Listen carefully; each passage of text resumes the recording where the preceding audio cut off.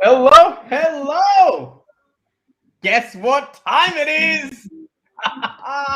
Mate, you know what? This Friday Night Lives is a true definition of thank God it's Friday. It really is, because I only thank God because I get to sit with you handsome gentlemen and discuss the property market, information, knowledge, rant, and discuss all things life. All right. So, guys, if you're watching us for the first time, welcome to Friday Night Live. If you're watching it live, type in live in the chat. If you watch this on replay, type in replay on the chat. If there's something you want us to cover, please let us know. Give us some feedback. If you've got friends or family you think who will benefit from these Friday Night Lives that we do every single Friday, Sean, Mark, Keshav, and producer Anna behind the scenes. Then we got to get Anna in front of the screen so everyone can see who producer Anna is. And Yes. guys, if you're coming back and watching us week after week, thank you for doing that. Welcome home. We love your support. Thank you for coming along. Thank you for your comments. Thank you for your subscription. Thank you for hitting the bell icon.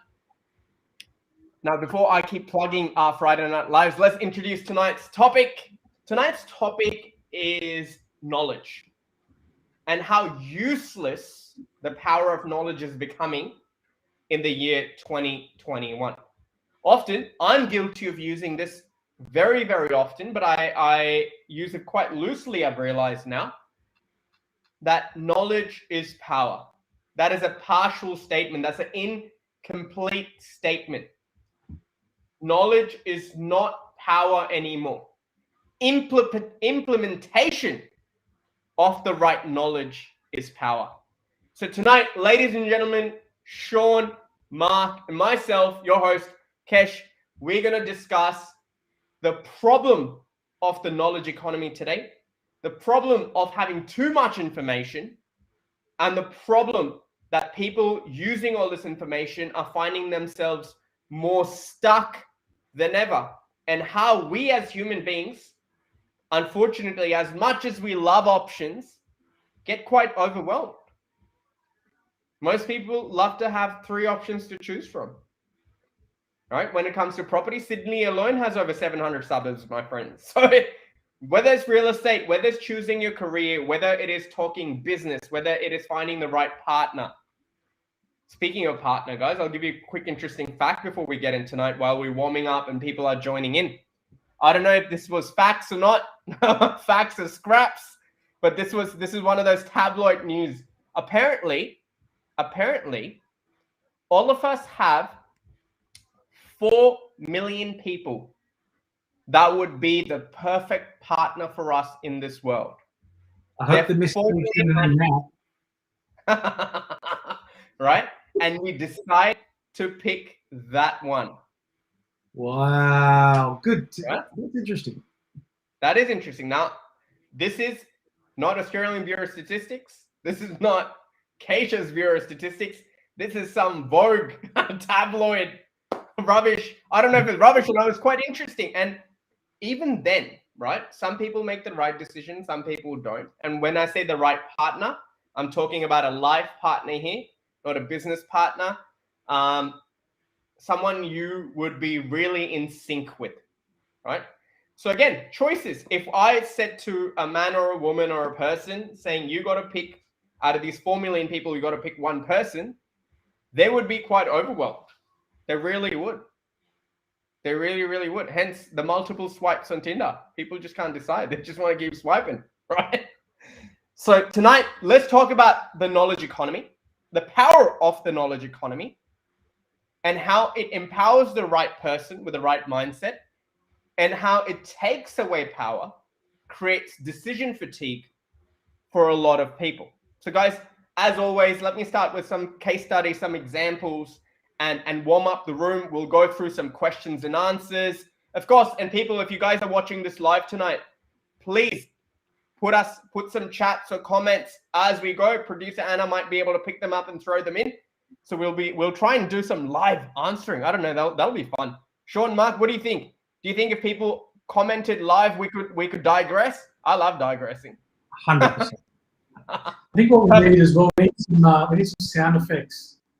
Maybe Anna can join us. We need that background horn when something gets announced. You know, that type of stuff.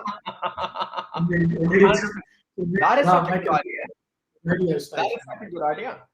But before I get into all of this, as usual, let me ask you, Sean, how was your week? Oh, I've been waiting for this question all week.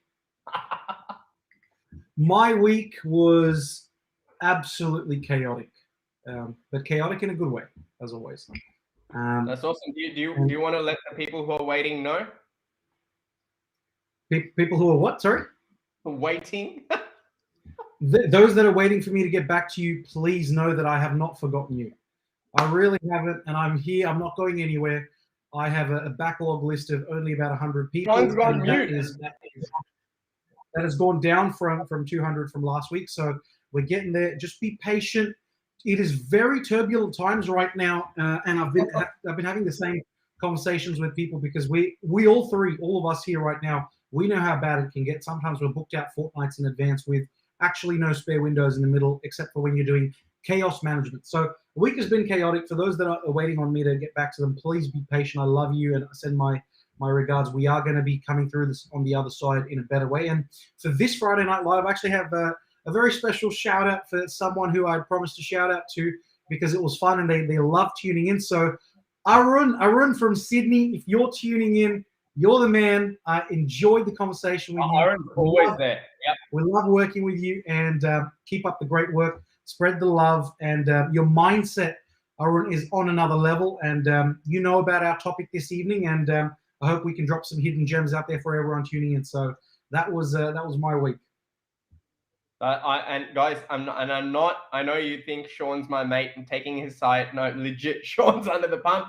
All of us are, which is a good thing because we are going above and beyond to make sure that our clients get the best result.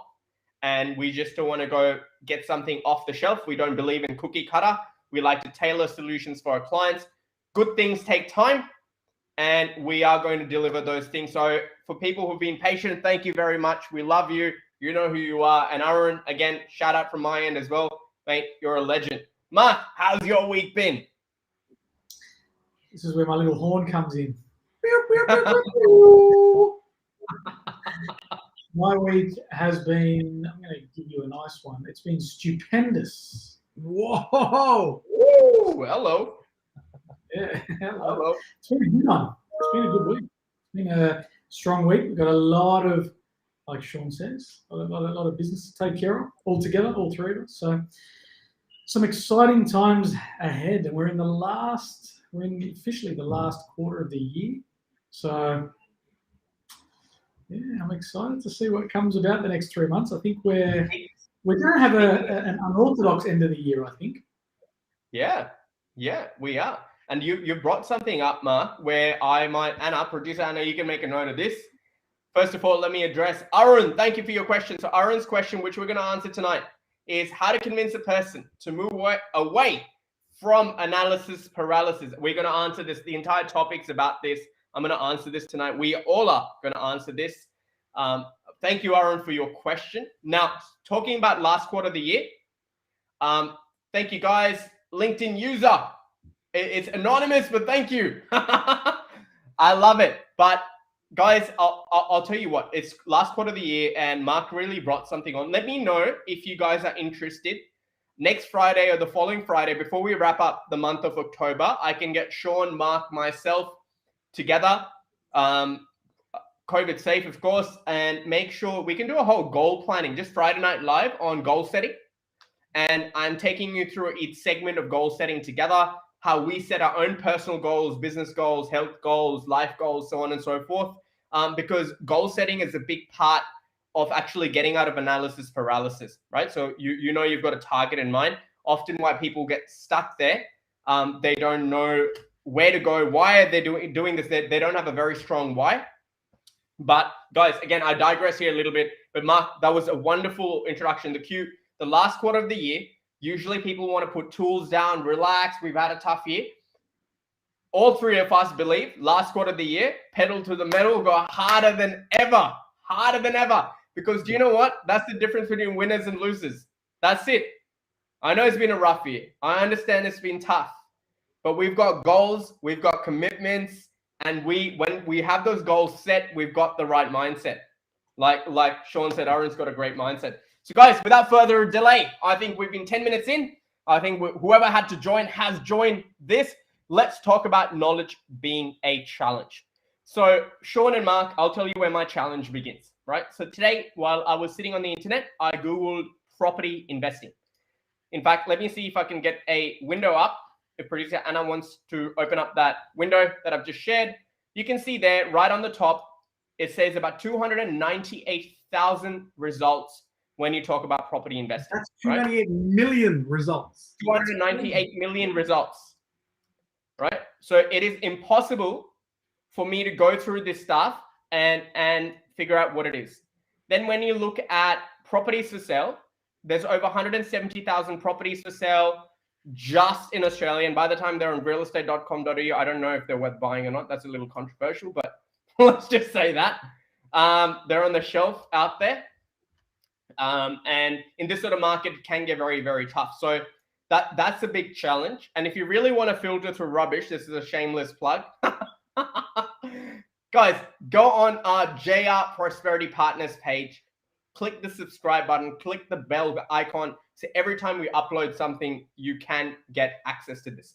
But still, doing this isn't good enough. And I'll tell you why. Even watching just JR Prosperity, I don't care. I'm not even doing a plug. I don't even care whether you watch the videos or not. What I care about is what are you doing after watching those videos, and are those videos relevant to you, right? So jokes apart, getting knowledge today, Sean and Mark, is not the hard thing, right? We are half cyborg.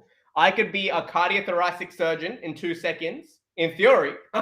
So if you're a cardiothoracic surgeon, I'm not taking away from your hard work.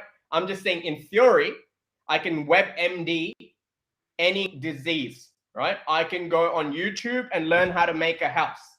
I can go on YouTube and learn how to fly a plane. I can go and read stuff online, right? The problem that's now arising, Sean and Mark, and I see this very, very often with people, is we as a society, it starts from our childhood, right? Your friend selection, your school selection, your education selection for that matter, is often pre-planned by your surroundings or your loved ones or so on and so forth, right? So say, for example, in my household, I grew up around, my mum is a gold medalist and she's got her, she's got a PhD and all of that sort of stuff. So education was a really big thing. My dad came from a business family, right? So business and education were very, very important.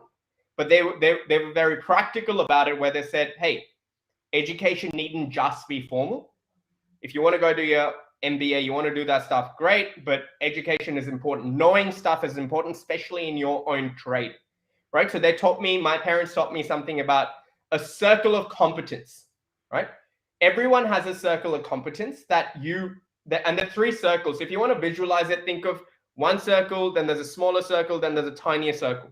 So the circle right in the middle, the target circle is the stuff that you know for a fact. If I woke up Sean and Mark in the middle of the night and asked them something which was within that inner circle of their competence, they could answer that in the middle of the night, right? So people who drive cars, I can tell you the number of times I've driven 8 hours, 9 hours, and I don't remember half of the drive because I was driving subconsciously. I wasn't paying attention. Bullseye.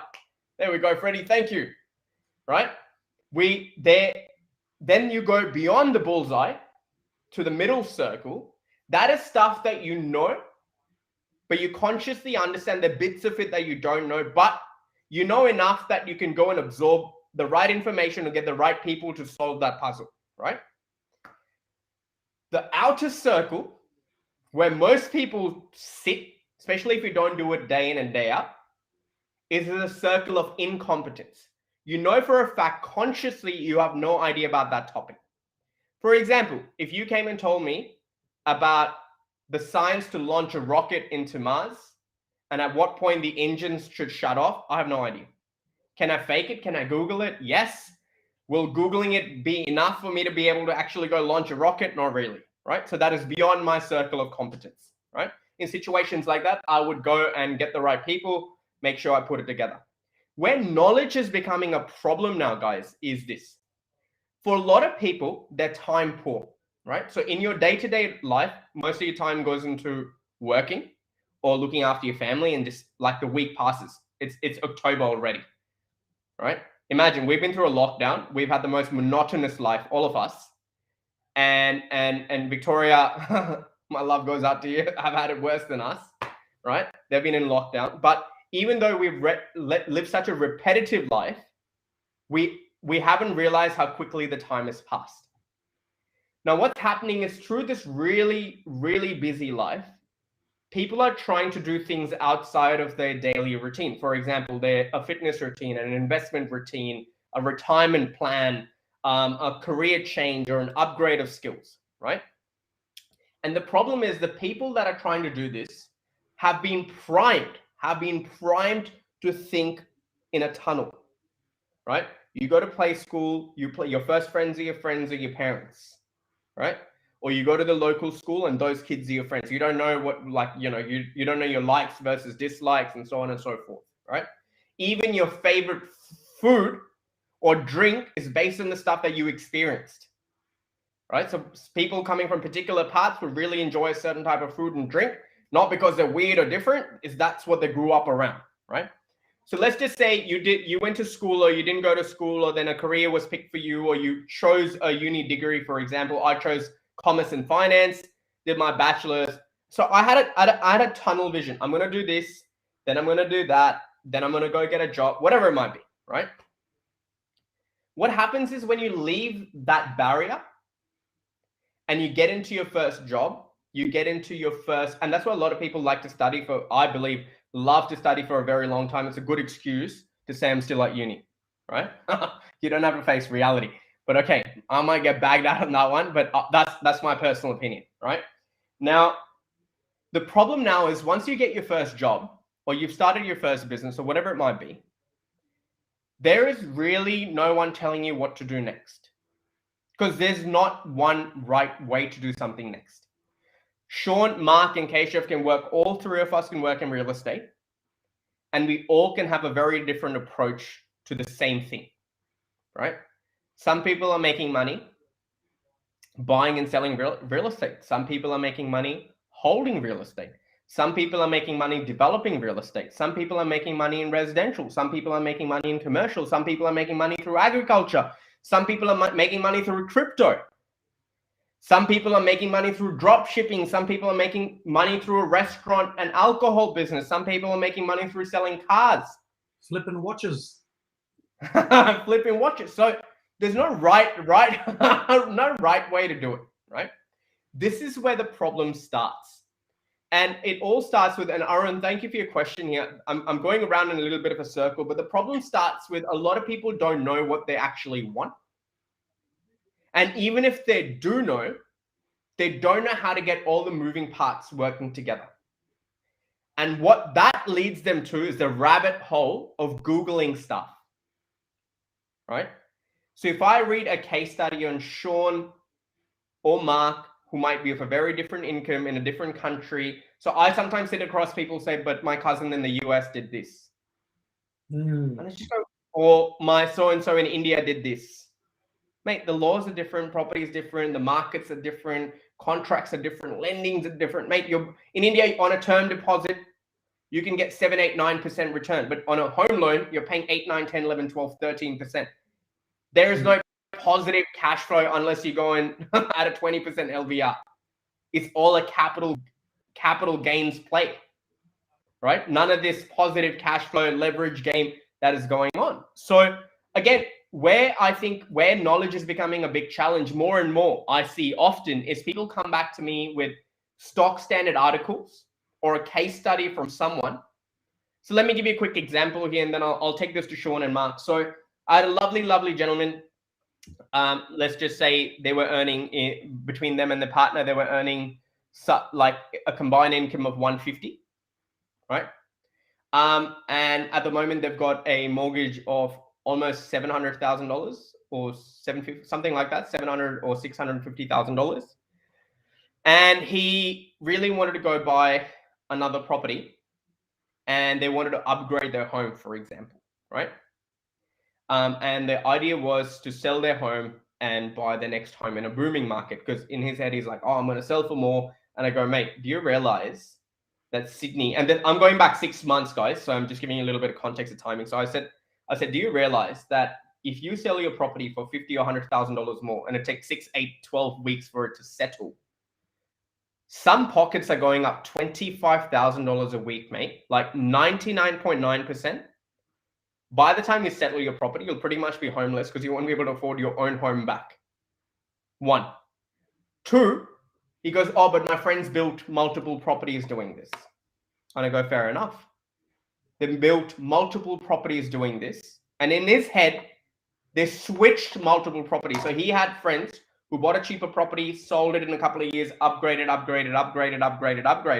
but they didn't build a portfolio. But in his head, he felt that they had multiple properties. And what he couldn't understand is with his income, and I'm not, again, there's not bagging out someone's income, like respectfully. With that income, mate, you're not borrowing $1.2, $1.3 million. And off chance you are, you're done, mate. You're not buying anything else. I don't care whether you made $2 million in equity. No one's going to lend you money unless your income goes up. And this is where delusion and wrong information starts to come in for people, where they want to build an investment portfolio, but want to upgrade their home at the same time, but want to do nothing about increasing their income because that's taking responsibility. Like, you're supposed to know this magic trick. The magic trick for a situation like that is buy the lotto ticket. That is it. Because you got to understand, you can't compare yourself to, and again, I asked him about his friends and so on and so forth in the situation. So I close up the story. I'll go to Sean then. Is one of the friends he told me was a GP.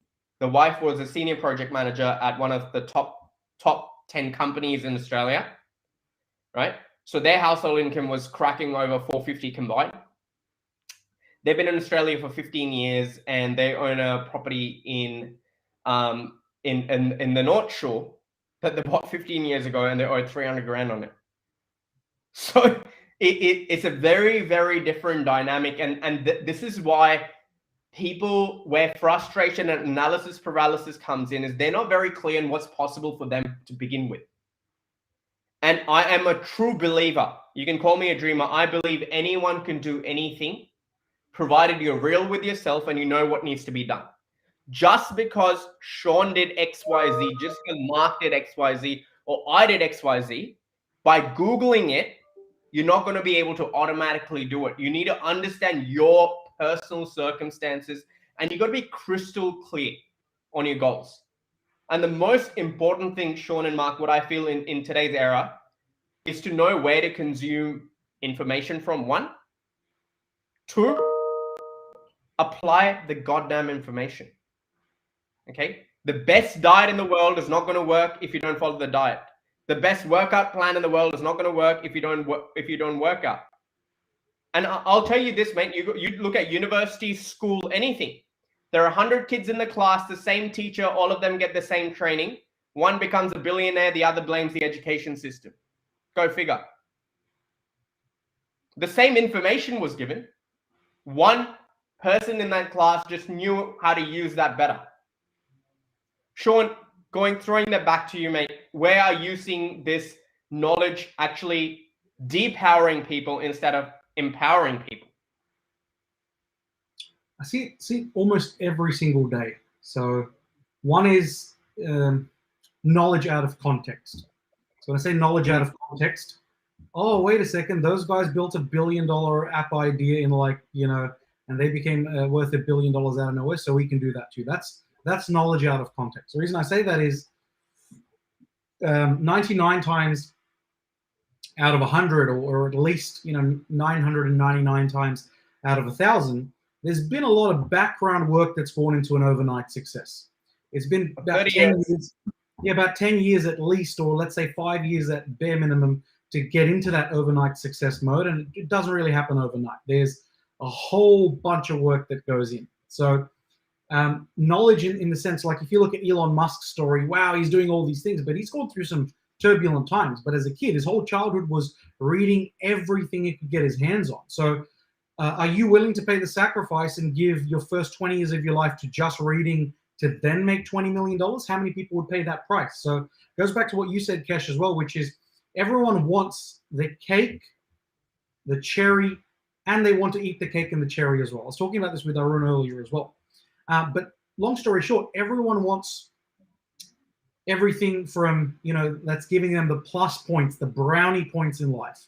It's making their friends like them more. It makes them better entertainers in their circles. But they're just not willing to pay the price. It goes back to the magic trick, We need a magic trick to be able to upgrade our home and get to investment properties so the future's great and the present's great. Now, okay, there is a solution for that. Go and take 2 more jobs. How many of them want to take 2 more jobs? Oh, no, I don't. I don't want 2 more jobs. Well, have you tried asking your boss for a raise? Why not? Because the boss is going to say, great, what have you done to warrant the raise? So the idea is, and for everyone listening and tuning in right now, I give it all a go. Give it all a go when you log into work on Monday. I like how you both are just drinking your drinks. Give it a go on Monday. Just ask your bosses for a raise, everyone. If you all work a 9-to-5 job, you've all been working hard, just give it a try. What's the worst that's going to happen? You're going to get paid the same. or actually, don't take my word for it. Don't take my word for it, because it might backfire on you. If you ask your boss for a raise, he might say, I've been meaning to have a conversation with you. I actually need to pay you less. So do it at your own risk. Now, again, knowledge can be used and applied in so many different facets, but talking about artificial intelligence a little bit, for anyone that wants to not be able to sleep tonight, I encourage you all to check out the interview with GPT-3. It's not a model of a Porsche 911. It's actually just an artificial intelligence model called GPT-3. And if you actually understand how advanced this thing is, it has all the knowledge in the world. And of course, it slips up in certain locations, but it knows everything, right? So if it knows everything, it can also know how to implement ideas and implement, let's say, concepts, implement design things. The idea is knowledge is with our phones right here. So we're already half cyborg. Like people are afraid about artificial intelligence or the robots. Well, we're already half cyborg in our day-to-day life, because if we need information, we make phone calls to speak to people that are 50, 100 kilometers away, and we still get the answers to the questions that we ask, right? So when we're looking at an interesting angle, which is how to convince someone to move away from analysis paralysis, how does that really happen? So it goes back to really determining what you actually want. Now, even this question is so simple, but it's so complicated. What do you really want? Now, when you're looking at what you really want, it all stems from a few core base values. Those few core base values are literally being loved, freedom, growth, security, so forth, so on. Those are your core values. There's a couple more, but all your goals, all your ambitions, everything, legacy, all stems from those. And if you figure out what you really want, there was this meme a few years ago about, I think, Ryan Gosling from a movie just going, what do you want? Tell me what you want. What do you want? Right? If you can answer that question, the analysis paralysis goes away, because people have, number one, not made a decision of knowing what they actually want. So make a decision first. Decide what you want. Do you want to be wealthy, or do you want to impress the neighbors? Pick one, but you can't have both. Or you can have both if you decide to work your butt off. So if you're not going to work your butt off, don't talk about having both. Pick one. 100%. So that's the way I would cancel out analysis paralysis, and even analysis paralysis in smaller decisions as well. Oh, I need a dessert. Oh, but I haven't worked out all week. Oh, I don't know what to do. Analysis paralysis picks people all the time, but it doesn't have to. The best thing you can do is making a decision. Decision stems back to the word release from. Release yourself from the bounds. Once you get free, you get freedom. Making a decision, whether it's for good or bad, actually mentally stimulates you in a different way. So some of the struggles I go through on a daily basis is getting people in my personal circle to just make a decision. But instead, a lot of people in personal circles end up just whinging because it's easier. It attracts attention. It attracts, people trying to baby you down here and there. But I'm glad that the three of us are very like-minded in the fact that if we know we want something, hustle, grind, it's yours. That's it. Go 100%. For it. We say this all the time, and Mark, I'm going to have a question for you. We all of us at the JR family, in everyone, the greater team, everyone here, we often every Monday when we have our meetings, we all say this: we are solely responsible for our successes and failures in life. I am responsible for my success, and I am responsible for my failure. In fact, one of my mentors said to me, he goes, mate, you know, everything you view around you, good, bad, or ugly, in a way is something that you have envisioned for yourself. And your situation is as such. So, and he talked a lot about going, like, understanding the flow of like the river's flow. And he goes, sometimes water is harsh and sometimes the water is smooth. Sometimes you will brush up against a branch or hit your head on a boulder. And sometimes it's going to be a hot day and you're going to enjoy that time in the river, but the river will continue to flow and it'll change its flow and you can do nothing about it. Either you understand the flow and you synergize yourself with the flow, because either or the river is going to flow. So for me, I think where decision fatigue, where this knowledge, the cyborg stuff that you've talked about, Sean, 100% is biting people, is they're not clear on what they want. And be honest with yourself. I don't think you have to be embarrassed. I think very early on, very early on, I remember as a kid, I got into a debate with this uncle of mine. He said, I remember summer holidays in India, and I saw a really nice car. I think it was a Ferrari. Sean, I think it was a 360 Modena at the time. This is going back 2006, 2007. And he said to me, he goes, oh, what an idiot, blah, blah, blah. Like, you know, you can't even drive these on these roads. And mate, I think I was in year 9, year 10. I can't even remember how old I was. But I literally turned around to him and I said, mate, do you really realize that you are not in a position to comment? That vehicle made you upset because it made you reflect within yourself, and it was quite confronting. Whoever that person is has done something, whether the Ferrari was necessary or not. They're in a position of life to execute, whether they drive it, whether it goes in a pothole, whatever it does. That person has made a decision and has played life at a different level and said, oh, it could be inheritance. Doesn't matter. I said, mate, the grandfather must have made a decision. What are your grandkids going to enjoy? So very, very early on, for me, it was very clear in my head. I don't care what your cause is, how you feel, what religion you come from, what background you come from. If you want to be heard, you've got an idea that you believe in, you need capital. And to get capital, the first finger that should be pointed at is not going for Series A or Series B funding. It's not going and begging and borrowing from friends and family. It's from here. If you're not going to bet on yourself and you're not going to be clear with what you want, and sacrifices are being made, Sean.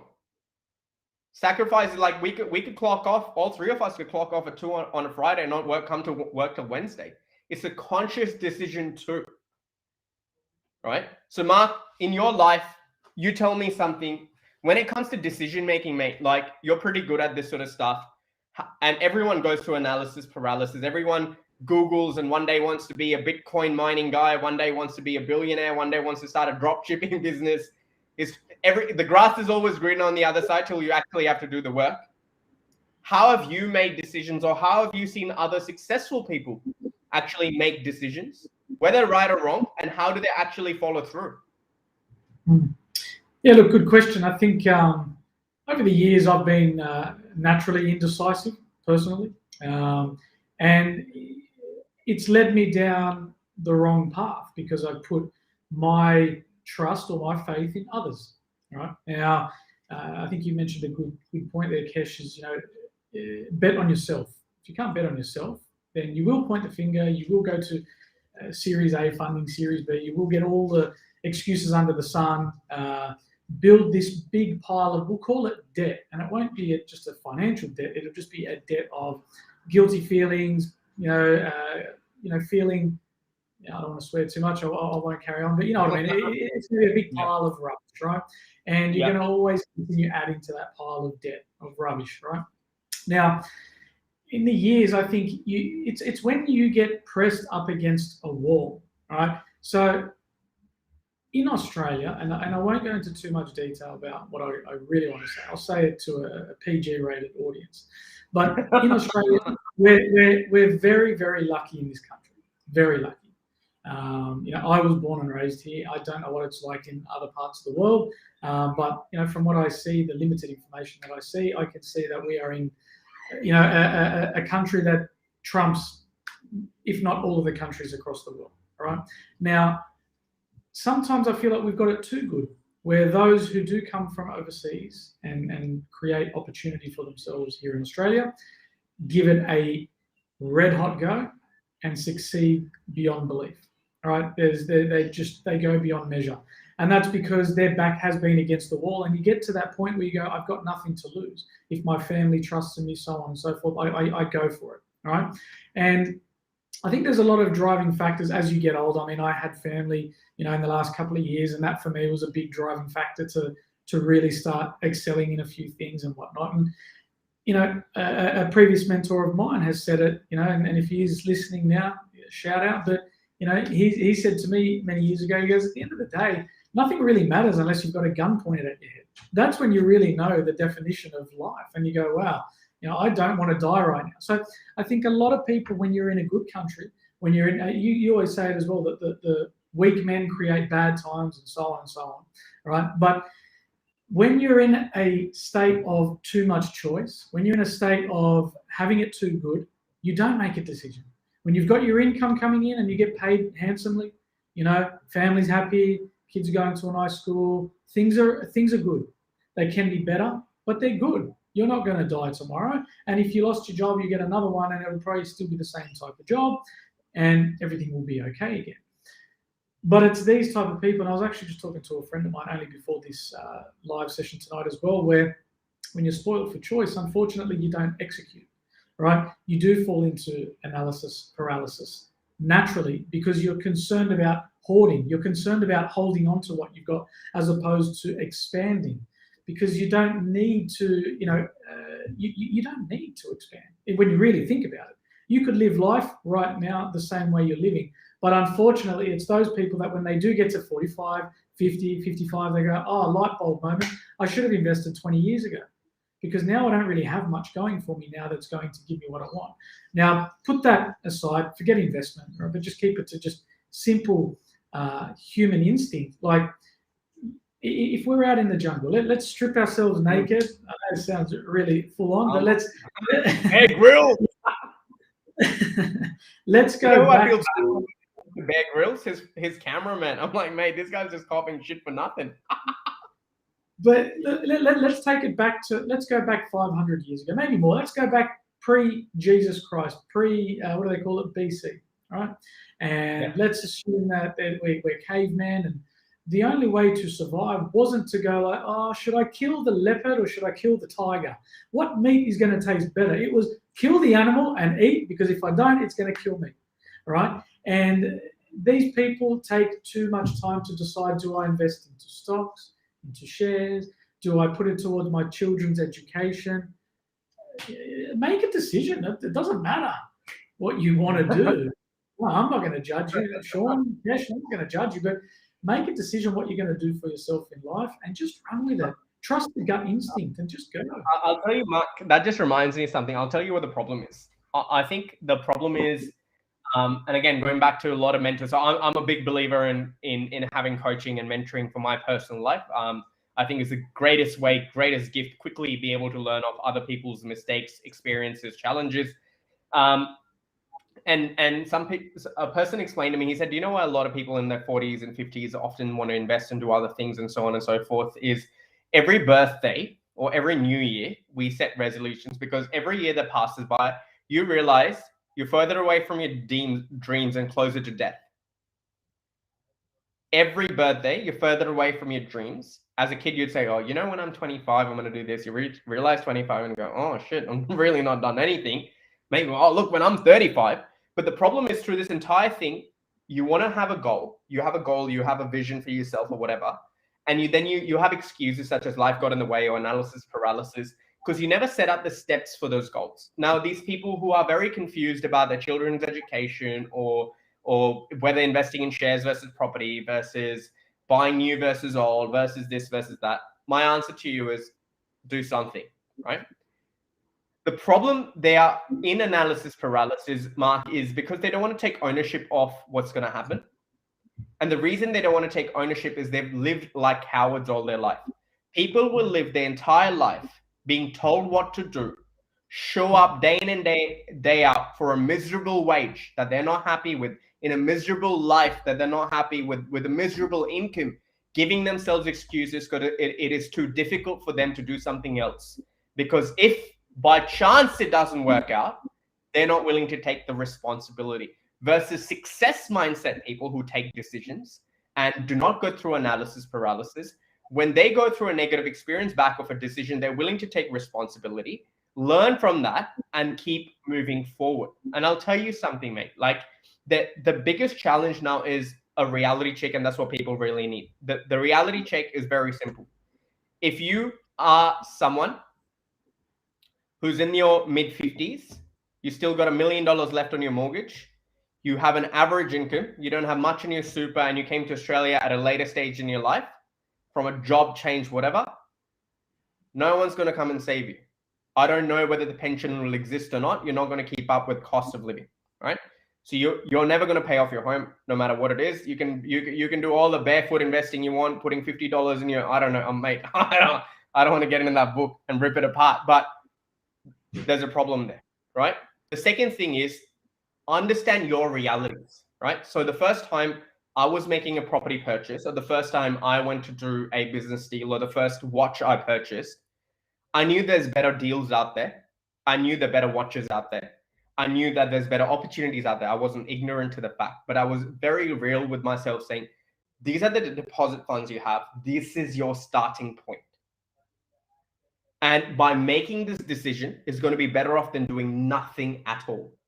And I will take personal responsibility to increase my income on a yearly basis so I can continue on and not wait for this equity release. So when people come and ask me, oh, how do you build these 5-6 homes? You know, how does the equity work? You want to build 6 homes together? Make $1 million a year, save a shit ton of it. Don't wait for equity release for your next deposit. Put cash in and keep going. If people bought 5 similar properties, one bought it all in 1 year, the others bought it over 10 years, the one who bought the same property, same characteristics in year 1 would outperform the guy who staged their purchases. Make sense? So I think where the problem is coming in, Mark, where analysis paralysis has become a big issue, is people don't want to take responsibility for their decisions and they find themselves stuck. Now, producer Anna, if I'm stuck or the boys are stuck, not sure, let me know in the chat. We good? I can't see the boys, or have they frozen, have we? We can see you nice and clear. Yeah. You can? Okay. For some reason on my end, you have frozen. So I will continue to go on. So I reckon for people, it is take a decision, guys. And your decision is based on your knowledge. If you don't have the knowledge, find the knowledge. And if you're uncertain of what's possible for you, speak to someone about it, right? If you're in a career that you're unhappy with, let's do it. Let's do it. I'm getting some internal messages. We'll slam this in a second. And so we really got to make sure that you're up for the decision. Now, we had a comment there from a gentleman talking about that there's someone who said, what will you say to PK blatantly says new properties are a bad investment? Well, first of all, Tom, thank you for your comment, by the way. I have no idea who PK is. I love this question. PK, it's a lovely question. So what I'll say to PK is that is rubbish. Reason being that is subject to the personal situation. If you're someone who's got large sums of capital and you can add value to a property, absolutely you should be buying older property. If you can buy $1 million, $2 million home in an affluent suburb, do a knockdown rebuild, subdivide, do those sort of things. Absolutely. If you're beginning and you're building your portfolio, I usually don't like to buy older properties because you have to reinvest constant money into those deals. And what I would say to PK is those older properties were new at once. And I can tell you, if the person who bought it new one time ago has made a lot of money before they resold it, provided they bought in the right place. So again, That's a very ignorant statement, Tom. That PK says only, mate. PK must sell you a $5,000 course to tell you that. I don't know what PK's catch is and who he is. See, the biggest misconception, the biggest misconception here is that there's going to be people that have, if you only have to do new, they'll badmouth old. You only have to do old, you'll badmouth new. And then someone who badmouths both will sell you a course on Bitcoin anyway. The idea is it doesn't matter. So going back to the specific question, what would you blatantly say to PK who blatantly says new properties are bad investments? Okay, thanks Anna for that. So, well, bad investments, it depends on your strategy. Depends who you are, depends what your income bracket is, depends what your goals are, depends what your deposit is. So luckily at JR, what we do is we have the ability to help clients do either or. We have the ability to do anything under the sun, including development as well. The idea is you're meant to do something that's based on your strategy, but if this is something that someone said in the last 12 to 18 months, then someone must be living under a rock, because new property in the last 12 to 18 months has exploded in value in terms of helping people do something great. When you factor in things like your tax benefits, your tax breaks, you just need to make sure that you're in a right spot. So there's a big difference though, because there are people who have been spruiked new property, which is a different story. If you're getting spruiked new property where you're getting paid from developer, you're getting paid from builder, and you're getting paid from the rental agent and everything involved, of course you have to be careful of those sorts of things. So I'm talking about your mining town horror story side of things. If you go out there and you go in locations which are heavily oversupplied, heavily areas that there's going to be challenges, sure, don't do that. But that's where knowledge is important, but making an informed decision. So 100% agree that it depends on your strategy. I'll give you an example, mate. So I can only talk about myself. So I made a decision to buy a new home in Bella Vista instead of buying in the older parts of Blacktown. And that worked out really well for me from a new versus old. So if I had gone and bought an older property and said, oh, Bella Vista is a new suburb, it's farm, they're subdividing this, I don't know whether I should buy a house and land package, I would be sitting on a $900,000 property instead of a $3 million home. So I don't know, man. I don't know. If I had gone and bought in Macquarie Fields a 1,000-meter square block for $600,000 last year, they're still selling for $700,000 this year. But if I went and bought a house and land package for $550,000 or $600,000 in Marsden Park or Box Hill, they're valued in at $1.3 million. So I don't know. The old home's still under 980. Yeah. So again, I don't. Again, look. If you're buying a house in Castle Hill, and if you're that person, absolutely, you're going to spend $2.5 million. You're going to Wahroonga. You're going to buy a $2 million old home. You're going to French's Forest. You're buying a $2 million old home. You've got the money to hire a builder, do a knockdown rebuild, do a land subdivision, 100%. Please do not go buy a house and land. If you're that person, it is not for you. You got $50,000 to your name. You're just starting off. You need to minimize your tax deductions. You need to get higher rents. You don't want to reinvest into into an older property. You don't want damaged properties, or you don't want to go constantly reinvest into older things. I wouldn't. And historically, I would tell PK, let's jump in the same street. A newer house would get a higher rent. A newer house will get maximum depreciation. A newer house will have less problems in the next 30 years. In fact, I teach my clients the 10-30 rule. Every 10 years you own a property, you got to be prepared for $30,000 worth of repairs and maintenance. Because if there are 100 properties that are empty on the marketplace at one godforsaken time, I want my property to be tenantable. I want my tenants, if you go and look at my properties, mate, my investment properties have better dishwashers than I have at home because, mate, it's immaculate. Because if I wouldn't live in it, why should someone else? And if you still live in the world, listen, when you're in the world of investing, and I'm just digressing here, and we were talking about analysis paralysis, you're trying to hack human behavior. You're trying to hack human behavior. And I'll give you an example, Tom, on this. There are people who would spend $4.5 million for a 3-bedroom apartment in Double Bay, but will not drive across the bridge.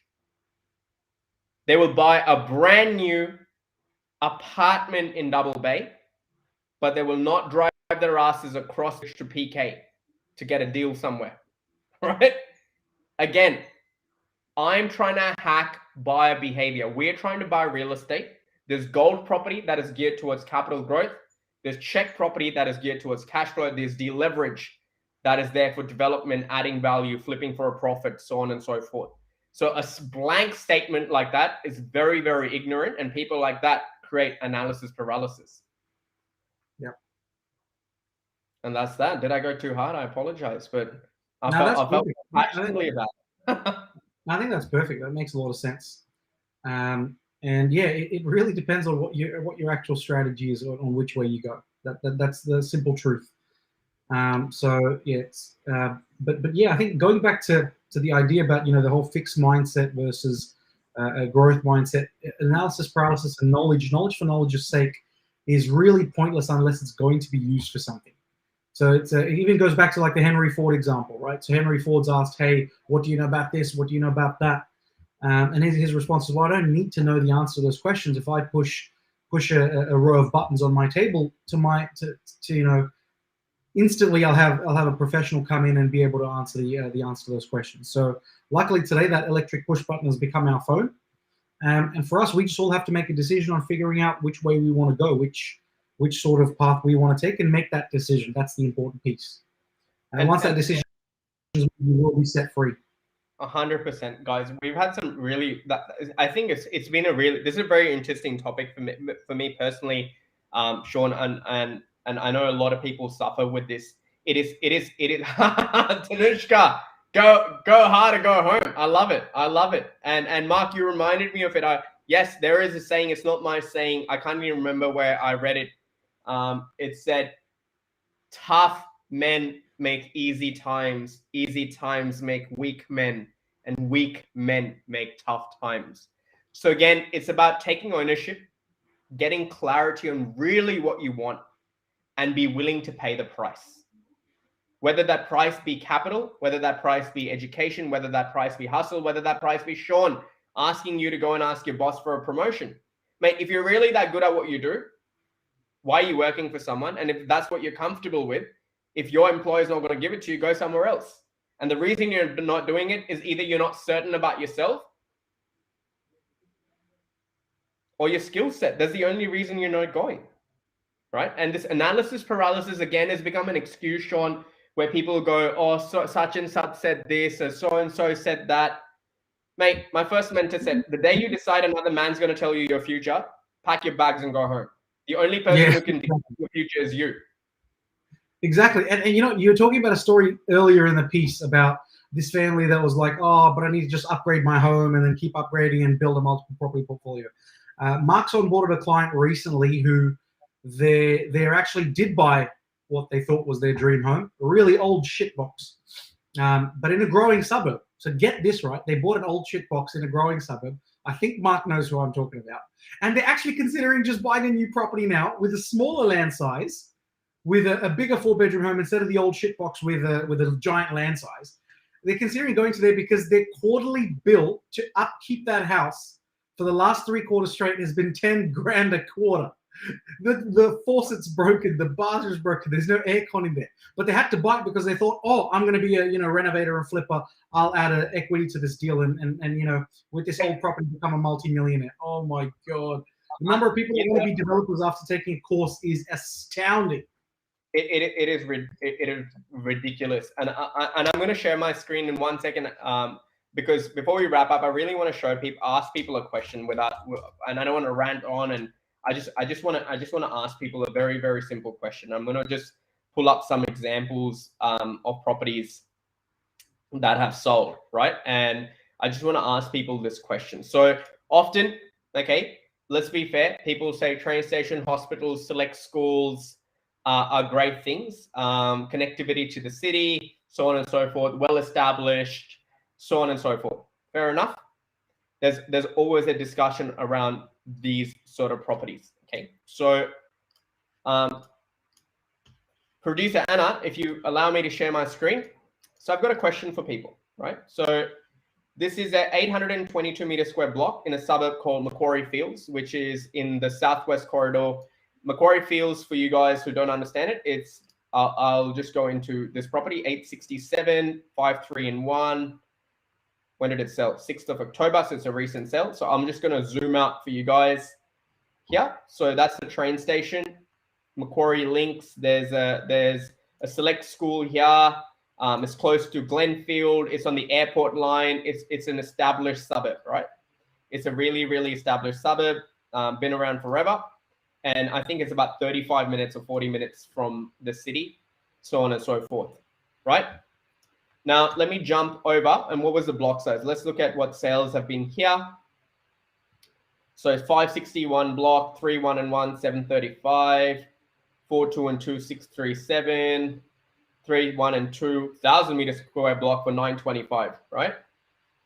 And let's go to Box Hill. Don't even need to go to Box Hill, just go to the ponds. Straight up. No, but like I really want to take examples of ultra new, like Ponds is still established now, because once Ponds was new, but now it's old. Remember, Sean? So there's someone paid 1.1 million for a 250 meter square block, and so I can tell you guys where this suburb is for people who are watching and want to get context. There's no train station.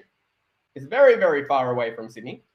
What? It's further away from the city as well? It is, and it's literally urban sprawl, right? And look at the block sizes and the land size. And I can tell you, if you want to go back and do your research, 448 block, 5.3 and 2, 1.42 million, 5.3 and 2, 1.64 million. But I don't want to go into the big houses. Where was the 250 meter square block? 300 block, 4, 4 and 1. Again, you know what 4, 4 and 1 really shows me? It's behavioral economics, right? People's requirements are changing. Honestly, if you ask me, I'd rather have en suites in all bathrooms, in all bedrooms, than have a second garage. If it really comes to it, I never understood why people have 6-bedroom homes with 2 bathrooms. I like my bathroom time, right? I know it's too much information, but I do. And this is an example of what the new Australian wants. Why am I supposed to buy a substandard property and do what with it? Would I buy a block like this? 100%. If I had the capital, the intelligence to subdivide, do a development, exit this property, I would buy this piece of junk. If I'm not that person, I'm going through a buy and hold, I have limited capital, don't want too many moving parts, I would bet on a horse like this. Again, before it became 1.1 million, of course. Yeah, because that house was only about 885 grand. So again, people like PK, whoever he is, again, not banging, I must be an amazing dude, whatever it is. It's a very ignorant statement, right? Why did the person from Box Hill not go to Macquarie Fields, which is an established suburb, has a train station, has a select school, could buy 1,000 meter square block at like almost $300,000-$400,000 less, right? Be on the airport line to the city, yet went up to Box Hill and paid for a 250 meter square block and built a home like that. And when you're in real estate, the only reason your property will go up in value is if someone wealthier moves into the suburb and pays a little bit more than you did. And I'll tell you something, gentrification and wealthy people don't want to live in Macquarie Fields, clearly. Not as yet, at least. So I think as well, what we're going to see over the next, say, 10 years from now is, okay, let's look at Sydney landscape right now. Right, we look at places like Box Hill, for example, and go, wow, why would you pay that much to live that far out of the city? But the same things were being said 30 years ago, 40 years ago about places that are only 25 minutes from the CBD. Okay, and it's going to continue happening and happening and happening. And I think we're going to start to see forced gentrification. And what I mean by that is, whether gentrification means the same thing anyway, but people are going to have no choice but to move a lot further and further and further away from CBD amenities, because at the end of the day, whether they're qualified or not to enhance their earnings, they will be at a point where it'll be too late to jump on the bandwagon of an investment, whether it be real estate, anything, right? Things are going to continue excelling when it comes to the amount of cost of living. It's not going to get any slower. And forget real estate. We're not all of a sudden going to have the price of milk being $3 today for a litre, and then tomorrow we're going to have this enormous crash and it's all of a sudden 50 cents a litre. It costs too much now to produce that litre of milk. I personally am not betting on milk because if people are they're milking all sorts of things, almonds, cashews. I don't know what they're going to milk next. I'm going to keep this PG-13. I'm not going to get into it. But producer Anna, I've got a house and land package that I want to show people who think properties don't make money. I've got an example for you guys. In 1970, some spruikers, Sean, was selling house and land packages in Castle Hill for 6,500. Man, they tried to stitch up people. I'll tell you that. Oh, what a stitch up! Oh, what a stitch up, right? So they were selling house and land packages in middle of nowhere, mate. Like, oh my God. And they were charging people. That's in middle of Windsor Road and Old Northern Road. That's such prime location. No, but they were talking rubbish because 6,500 people were definitely overpaying for real estate. And this is that ignorant rubbish that people talk about, right?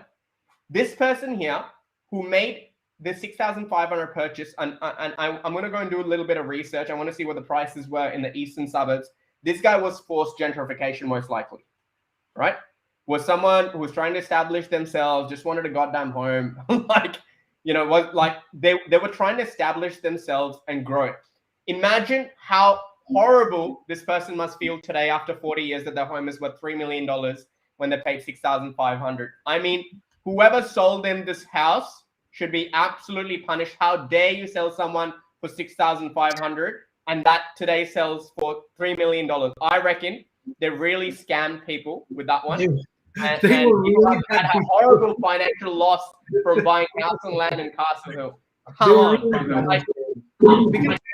They were really badly scammed because it said final release. Did you see that? Final release. Don't miss out. Next stage is coming out. Go for it. Thanks, Teat. What a throwback, indeed. This is the sort of rubbish. This is the sort of rubbish that gets people into trouble. And again, I know this is on LinkedIn. We got to do only fan version of this, like where it's not PG-13. Because you know when I hear stuff like this, it really gets under my skin. Not because of my bias, but because I'm ignorant. What's only fans? We mentioned it a couple of times. Where Keshav gets naked. Oh, great. He talks about real estate without his top on. I need to subscribe to that. On that note, we're getting silly. I can hear you coming from somewhere. Ladies and gentlemen, before we wrap up, let's do some rapid robins from Sean. And before, Sean, you do your rapid robins and you think of them and ask us, I just want to tell you guys, whoever asked us questions today, thank you so much. Tom, we had a couple of LinkedIn users, Arun, Freddie. Thank you really so much. Tanushka, thank you for all your amazing comments. And yes, Sean should be watching Lux listings with you afterwards. I will make sure he switches off. Otherwise, I'm going to come and physically take his chair away and his monitors. We're going to do this. This is an office complaint against Sean. This is not just your complaint. We all have this complaint against Sean. He needs to switch off sometimes. Now, Sean, time for your rapid robins. Beautiful. Well, gentlemen, thanks so much for that, Kesh. I think you've earned probably the biggest fan in Hills District now for life. So well done for that. On top of this, I reckon you'll still come. It's in my favor, mate. Look at the next comment.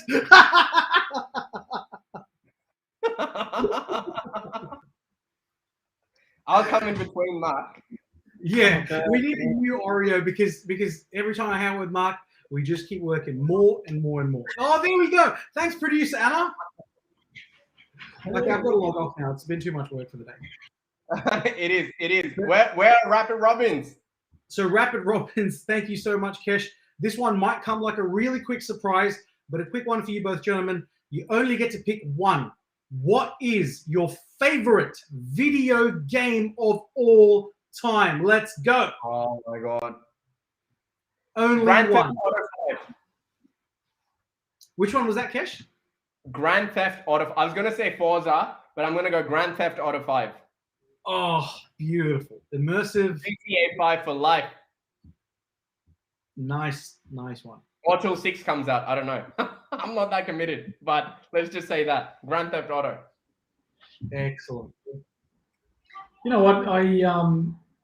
I'd love to answer that question. I'll give it a crack, but to be fair, I haven't played a video game since 2006. So I'm assuming the graphics are a little better since then. Maybe. FIFA 06 still had great graphics. Mate, I reckon you should go with a good old Hot Pursuit. Is that the first Need for Speed where they had the HSV, the Holden? No. That was quite later on. Hot Pursuit, that's the one like around the time when what was that movie? Not Gone in 60 Seconds. What was the other one? Fast and Furious. Is that around that time? Yeah. So Need for Speed Underground. Yes. Underground. I used to do the quarter mile races on that. Yeah. RX7, and I always used to blow the R35 or 34, whatever it was, because it had a higher rev range. And I remember I used to frustrate my mate at the time, a best mate of mine at the time, beyond belief, where I'm sure TV screens were broken, remote controls were launched everywhere. He could not beat me because I just had a higher gear range. So I have to show you something before you go, because this is very important. Very quickly, producer Anna, can you share my screen? Wow, look at that Diablo. This was 1998, right? The Diablo. This was the shit. This was the Hot Pursuit. Mate, the graphics were horrible. But to give you context, 1998. Wow. And the one you're talking about, the one where I think I'll go back. What about cars in Underground? I think you are talking about this one here. Wow, this producer Anna loves Underground as well. Yeah, that's the one. Pretty sick. In Hot Pursuit, this one only came out, Kesh, in like 2008-9, I think. Yeah, Underground was pretty sick as well because it had Snoop Dogg's. It was this one. Yeah, this is this one. This is the one, Underground 2. So Anna and Mark have the same favorite video game of all time. Well done, gang. When did this come out? This was like 2002 something. 2001, 2. Look at me, bagging up people Googling stuff, and I sit here and do this on live stream. The way I look at video games is it pre-GFC or post-GFC? Need for Speed was pre-GFC. Great time. Fair enough. Sean, back at you. What was your favorite video game, or what is your favorite video game? On a consistent basis, I was actually a competitive FIFA player for a while. So have won some tournaments and have been selected for an amazing set of VIP events. So FIFA's all time there. But if I had to just pick just the one video game ever, it would be Driver 3. A very unique game that was like... That's a niche video game. That's pretty niche. Very niche. Very, very niche. Very good. Very entertaining. It was quite gangster. Do you remember the game Time Crisis? Yeah. That was an old game. Was that from the computer? That was a computer game, right? It was a PS1, and it had a used to plug in the semi-automatic, the gun. And used to shoot. Oh my goodness! Yeah. I remember when you used to plug in that thing. How many of you guys remember Dave? Dave. Oh my God, you guys. Last one, and then we'll wrap it up. I promise. Have you guys ever played Dangerous Dave? Oh my goodness, no. Is that when the first MacBook was made? 1990. Wow. 1990. And again, this is the reason, guys, again, people must be sitting here why they're talking about video games is because older video games, just because they were cool, doesn't mean new video games don't work. People's choices and graphics have changed, their requirements. If GTA tried to have Dave like graphics, look, it worked for Minecraft, well done. They had to add a social aspect to it. But with times, things need to change, and you better own those things that are appealing to the future generations. On that note, ladies and gentlemen, this is Friday Night Live. We had lovely Sean, we had Mark, and we discussed analysis paralysis. Is the knowledge empowering you or taking away your power? At the end of the day, if you want to get out of analysis paralysis, you want to know how to apply your knowledge, take responsibility, get very clear on your goals. And if you're stuck, find yourself a mentor, find someone who's done it themselves, find someone that appeals to you, whoever that might be, right? And a great recommendation would be to read Relentless, Mark. Would that be a great mindset book for people to read? Absolutely take out some time, do that for yourself. There we go. We got a little plug there. But if you're watching this, you watched it live, thank you again. Please subscribe, please share, ask us questions. Like we had so many people interact today. We really, really love your questions. Bring in the controversial ones, get in the value ones. Doesn't matter, we'll answer them all. If I don't have an answer, I will Google it. But on that note, this is Friday Night Live. Sean, Mark, and Kesh signing off. Till next time, ladies and gentlemen. You. And now we're going to have